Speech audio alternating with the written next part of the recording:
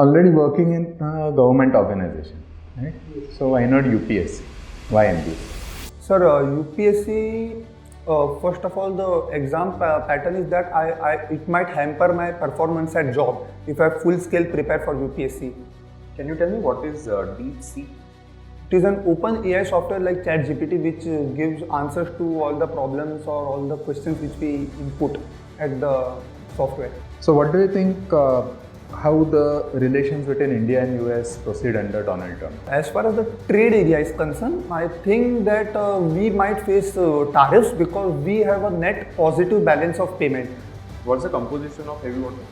So they are 99.85% purity of deuterated water. So do you enjoy your job?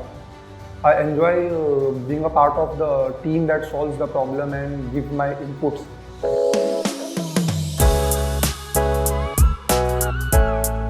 Okay, Vishwaraj, can you tell us something about yourself? Sir, my name is Vishwaraj Vilankar. I was born and brought up in Mumbai. I did my schooling from St. Mary's High School, SSC, and intermediate from Pace Junior Science College, Dadar. My inclination and liking towards maths shaped my choice to pursue a career in engineering. So I completed my graduation in chemical engineering from NIT Warangal in the year 2020. So as a shift engineer at Government of India, I am responsible for managing and overseeing the safe and critical operations involved in the production of heavy water plant. My role also involves troubleshooting issues, monitoring performance, so that my plant the plant production targets are aligned. Beyond my work, I am passionate about physical fitness. So I like to engage in activities of gym, workout, running, skipping, and play occasional badminton. So do you enjoy your job? Yes, sir. I enjoy my job as such when I get some technical challenges or problems in the plant. I enjoy being a part of the team that solves the problem and give my inputs. Why do you want to do an MBA at this point of time? You have more than 3 years of experience in a highly technical domain. So why do you want to do an MBA? Sir, in my current job, after pursuing my graduation, I decided that I will pursue a career in technical field. So during my tenure, I have got opportunities to work on multiple problems involved in my technical domain, which involves solving and troubleshooting many technical issues in our plant. So at this point of time, I also got an opportunity during my career as a presiding officer in the Rajasthan Legislative Assembly elections 2023. So there I realized that I am a part of a very large machinery which involves tremendous responsibility and accountability. So that's one of the turning point when I decided that I can pursue a career in broader management and challenging roles in business management domain beyond my technical career. Let's say if you want to move up in the ranking in terms of the current organization, right?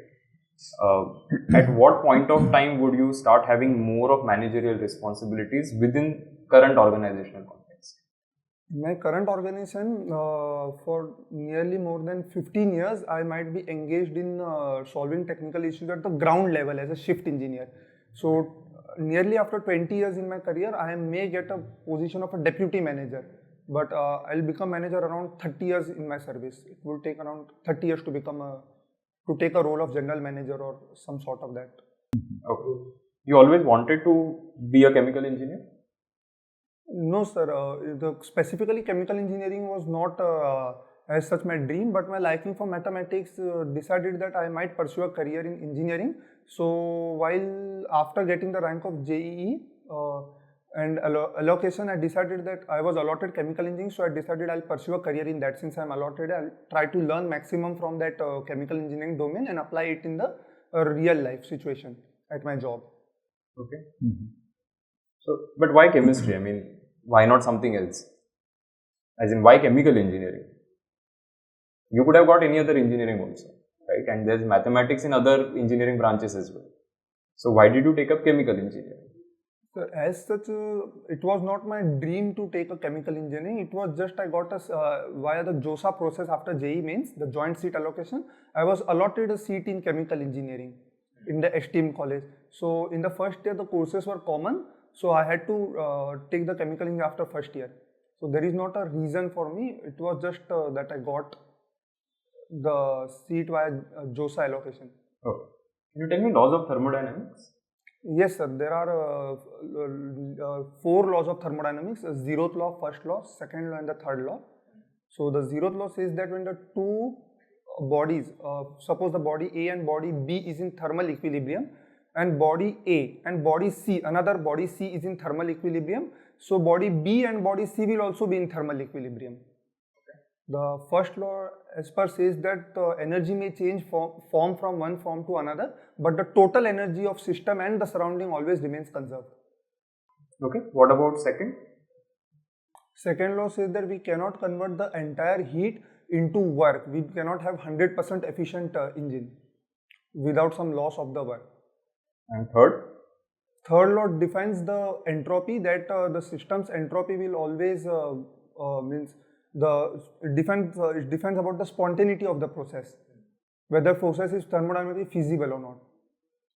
So why is heavy water used? So why do you use heavy water and not any other form? Yes, sir. So our Indian nuclear power program consists of 3 stages.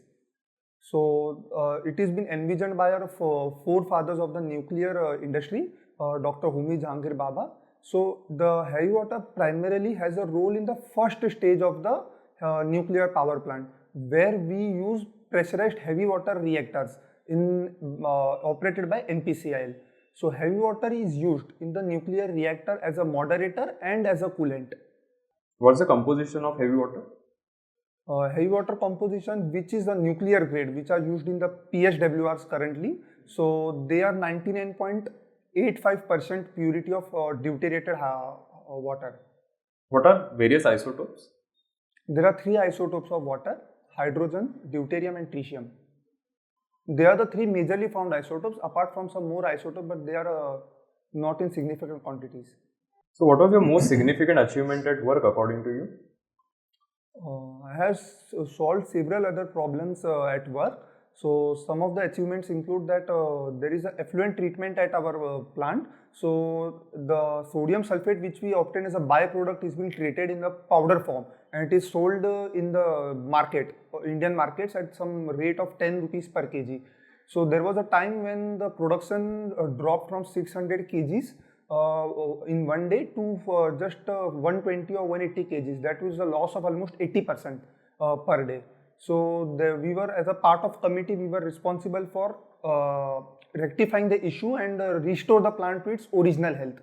So we analyzed the problems, different problems associated with the entire heat exchanger of the systems and the pumps of the system, and one by one solved all the problems, thereby generating a profit of nearly 12,000 per day. Okay. And you did this on your own? No, I was a part of a team, of a 5-member team. What was your contribution? My contribution was that I was trying to figure out various problems in the heat exchanger, maybe in pumps, and also we used to open the pumps. Then I used to coordinate with the lab to determine how there was actually in the heat exchanger there was an issue of fouling, a chemical fouling, because of which the heat exchange was not happening efficiently. So the main issue was to defoul, so chemically defoul, remove the layer of the iron sulfide which was formed there, due to which the heat transfer not taking place. So we coordinated with lab to determine the exact conditions, the temperature, and the concentration of the reagent, the sulfonic acid, to determine that how much in less time or efficiently we can remove the entire layer. So all these experiments and taking part in issues to resolving issues was my contribution. So of course you mentioned that you like working in your job, and you of course are technically skilled. So do you really think doing an MBA is the right choice for you? So as far as my tenure is concerned, I have learned a lot of valuable skills and knowledge in my technical domain. So I wish that there is so much more to learn about organization level, about various functions of finance, HR, marketing, sales, operations, and logistics. So a formal education in MBA would enable me to learn all those skills, and I can apply those skills in the real life to increase my experience and knowledge skills over a long period of time. So I feel that MBA is the right choice after 3 years to broaden my skills. So if you want to broaden your skills, then why not go for MTech and PhD? Because you seem to be so much interested in technicals and you are good at it. Yes, sir. MTech involves a specialized field of study. So after general graduation of chemical engineering, I have learned the technical skill in general field. So I have not wished or planned to do any such specialized study as of now. I wish to take up the broader roles of the management level, not at a technical level, which I am already working at. I would like to go beyond technical field to explore the different general principles of management on how the organization functions. So that's why I decided that I won't pursue the specialized studies. Okay, so you are already working in a government organization, right? Yes. So why not UPSC? Why MBA? Sir, UPSC, first of all, the exam pattern is that it might hamper my performance at job if I full scale prepare for UPSC. And another thing is the exam difficulty that I might not be, first of all, the drawback is I might not be able to perform at the job. And the second organization is definitely the selection criteria of the stringent selection criteria at the UPSC. So assuming that the selection criteria and everything is working in your favor, would you go for UPSC in that case? Yes, sir. It's in a form that I'm working as a manager in the government sector. So I might take up the charge if the exam is not there. So can you throw some light over India-US nuclear deal and what is the current status? Yes, sir. So first of all, we did a nuclear test in 1974, the Smiling Buddha under the government of Indira Gandhi, Srimati Indira Gandhi. So after that, we did a nuclear test in 1998 under Atal Bihari Vajpayee, where we declared ourselves as a nuclear weapon state. So post the nuclear test, we were being sanctioned by US and all the other organizations.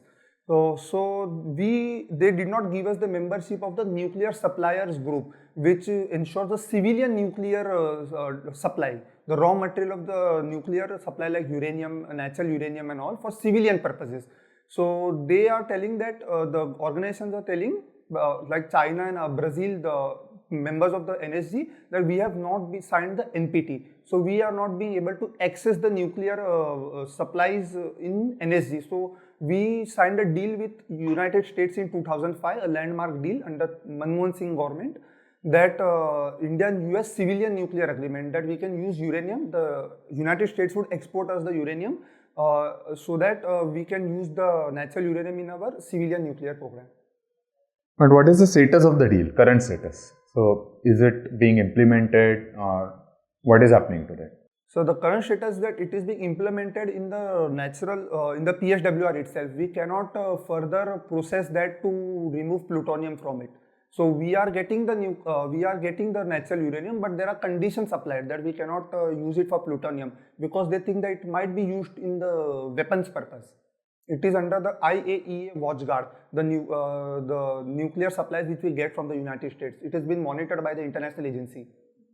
So what do you think, how the relations between India and US proceed under Donald Trump, second tenure? As far as the trade area is concerned, I think that we might face tariffs because we have a net positive balance of payment. That is, our exports to United States is more than our imports from the United States. So they might impose tariffs on the exports which are coming from our nation, so that they can maintain the balance of payment. This is one issue. The second issue we are right now facing is related to the immigration issue. They require the H1B visa, but they require our talent, the Indian talent via the H1B visa. But they don't want to give citizenship to the children born on the American soil of the Indian workers who are working there based on H1B visa. So we might have to face the deportation of our Indian immigrants which are working there at United States. So what's your favorite book? As far as I have read a very few books, so one of my book was The Unwavering Focus, which is written by Dandapani. So what is it all about? It is all about trying to keep mind under focus. I mean, so we cannot means our mind, which is the human mind, is always distracted here and there by small things. It is some tools and techniques are given in the book by which we can control the mind effectively.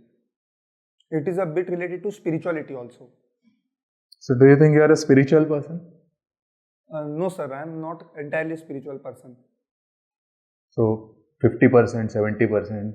No, I haven't pursued spirituality as of now, but I try to implement some tips and techniques which are discussed there in some books. So that is one of the book which I like. The tools and techniques are practical, which can be implemented in real life by any other person who is not a monk or is not completely into the spirituality. Can you tell me what is deep seek? Are you aware of? Have you come across this term recently? Yes, sir. I've come across the term recently. It is something related to the Chat GPT. As far as I'm aware, it is an open AI software. Can you tell me more? Whatever you know about this topic. I have heard that it is been in the market since 2 years, 2 or 3 years, and it has raised more than some $10 million. Okay, what is it but? It is an open AI software like ChatGPT, which gives answers to all the problems or all the questions which we input at the software. What is OpenAI? OpenAI is artificial intelligence which can be accessed. No, what is OpenAI? It is a company. Is it a company or it's is a it company? Okay. And what do they do? They have made a software called ChatGPT, which uses the artificial intelligence to generate the answers for various problems or coding or other problems which the user inputs there. And DeepSeek is part of OpenAI? No. As far as my knowledge, I am not aware about in detail about DeepSeek, but I think that it is something different from the ChatGPT. The company operation is, I think it is different. Okay. I am not sure about it, sir. Okay. What do you consider as an area of improvement for yourself? Sir, I might try to do better public speaking. I might try to improve my public speaking skills in front of a large audience, probably more than 100 and all. Okay, so what are you doing to work on this area of improvement? Sir, since school time, I took part in various elocution competition. At first, I was not good at it, but by class 10th, I had won second prize in Hindi elocution competition at my school. Since then, at my job profile also, I try to take on opportunities which enable me to interact with a large public. For example, in my job, we take lectures for more than a batch of 100 trainees which come every year on technical subjects.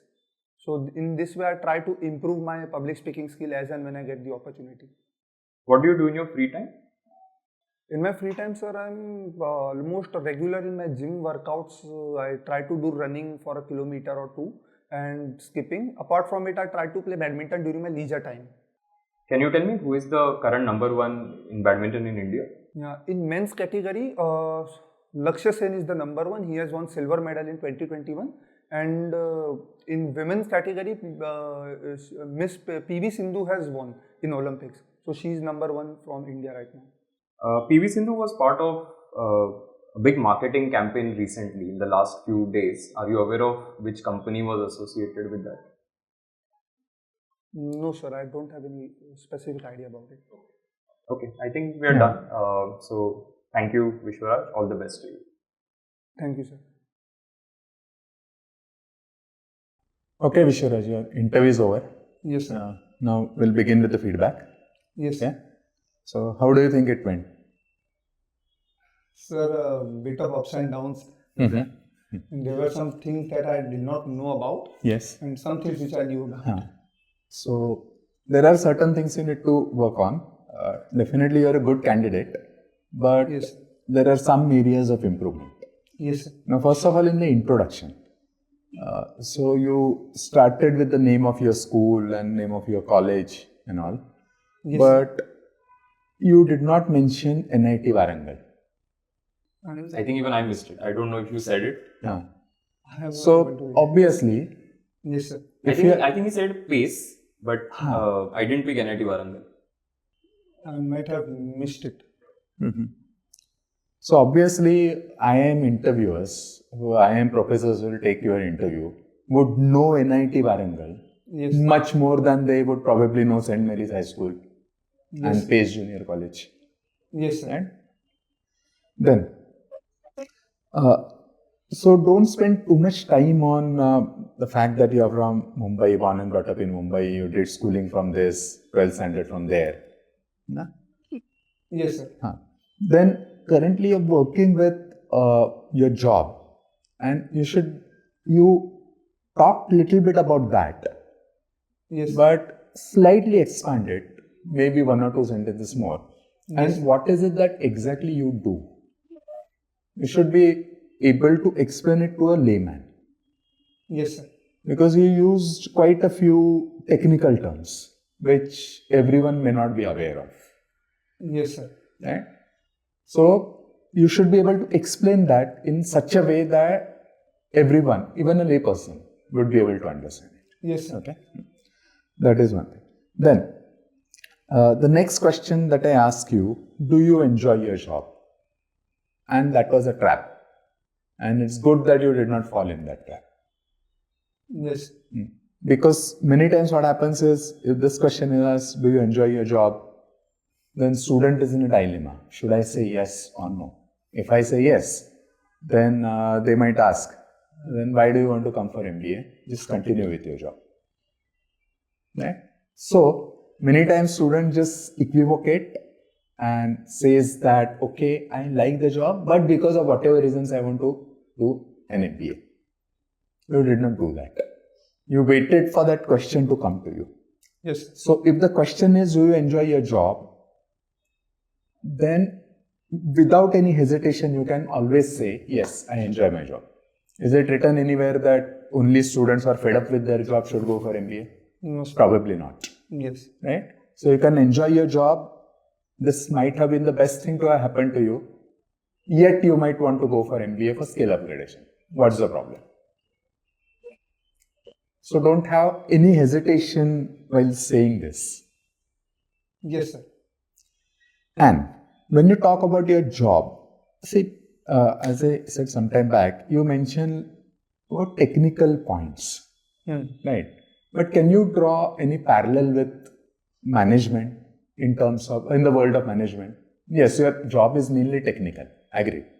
But in terms of team building, in terms of operations, managing operations of the plant, or improving the efficiency, something of that sort. Yes, sir. I can bring it. That is, so what will happen is, if you talk about those points right in the introduction, then when it comes to MBA, why MBA question, you can take a base from there. Yes, sir. And take it forward. Yes, sir. Right. So are you getting the idea? Yes, sir. So your job does not involve anything related to marketing and finance. Yes, sir. But I can definitely think of team management and operations. Decision making. And decision making. Because management is all about decision making. Yes. I can bring it in. So bring that aspect. Yes, sir. That will add more value. And you are very strong in technicals, that is fine. But at the same time also add this angle. Otherwise, the question that I ask you might come. That if you are so good at technicals and you seem to be enjoying it, then why MBA? Yes. Go for PhD. Then, when it comes to a question, now considering your background, that question might come. Yes. Why not get into further studies in the technical domain? MTech and PhD on whatever. Yes. And then because you're working with a government job and you talked about your experience in the Rajasthan assembly elections. Yes, sir. And that time you said something because of which I picked up that thread and asked you about UPSC question. So whatever it is, whether it is PhD, MTech, UPSC, don't say anything. So the idea that you want to convey is that is not for me, right? So that doesn't mean PhD or UPSC is bad. It is not for me. My interests are somewhere else. And that's what I want to go for. And then in that UPSC question, right? So you almost agreed that if the selection process is correct in the sense, this is not to say that current selection process is wrong, but if it is favorable to you, Yes. then you would actually go for UPSC. I would strongly suggest against saying anything like this in the interview, because that gives the impression as if you are somewhat so you are coming for MBA, but still your mind is somewhere else. Then you said chemical engineering, so you just got that seat because of your IIT JEE performance. That may not be a very good idea to say that. Just portray that, because nobody knows, right? So what happened from 5-6 years ago? So you can always say, yes, I like chemistry, I like mathematics, and I like whatever other subjects related to chemical engineering. Yes, I wanted to go for chemical engineering. Yes. What's the problem? But if you say that I was, somewhat not very clear and I just happened to get that seat, then it may not create a very good impression. Yes. Then when it comes to nuclear deal, overall idea that you talked about is fine, but there was some dispute going on between India and US about nuclear deal. The dispute in the sense, some differences about certain clauses. So just read up more about it, because considering your background, this question related to nuclear deal might come. Then you once you mentioned US and other organizations. So US is not an organization. US and other countries, you might want to say. Then there is a slight difference, not slight actually, there is a big difference between balance of trade and balance of payment. So you seem to be using those two words interchangeably. Yes. Then when I asked you the question about India-US relations under Trump, okay, one point you talked about was trade, and the other point about H-1B visa. Good that you did not focus only on H-1B visa. Yes. See, because after all, in a country of some 140 crore people, total number of H-1B visas is some 65,000. And all visas are not given to Indians. Yes, sir. So maybe 35-40,000 in a country of 140 crore people. So that is only one of the issues. Yes, sir. India-US relations is a very broad issue. So what is US's Trump's stand on China? What is Trump's stand on Pakistan? Things like that. Yes. What is his stand on defense cooperation? So bring in these aspects. Yes. And just one last point from me. You said you have read very few books. So even if you can talk about one serious book, probably you may not want to say that I have read very few books. Because on a B school campus, every single day you will have to read some 100-150 pages. Yes, sir. Okay, so if you're not too much into reading, of course, don't worry so much about it, because not everyone is an avid reader before coming to a B school. So the way it works is, once you get into water, you learn how to swim. So that's how it works for most of the students. Don't worry too much about it. Yes. But on your own, you might not want to say that. And the idea that you talked about, how to control thoughts that are popping up in your mind and all. So for that, there is a very good book, The Power of Now by Eckhart Tolle. So just see if you can read that book. Yes. And if you can get into a meaningful conversation on that book, that would be a very good thing. Yes. Okay, so coming to my feedback, see, in the introduction, as Girish mentioned, right, there are you have an opportunity to highlight your achievements, Yes. which you didn't do. So naming your school is not required. Naming your college is important. So you'll have to do that. Yes, sir. Regarding, and I think the last line of your introduction was about hobbies, and you gave a laundry list of things that you do, right? So I think it was like, I do whatever, gym, this, that, badminton, etc., etc. it appeared as if you have rehearsed that answer a couple of times and you are just going on and on. So take pauses wherever required and focus on a couple of activities. You don't have to give them a laundry list. Yes.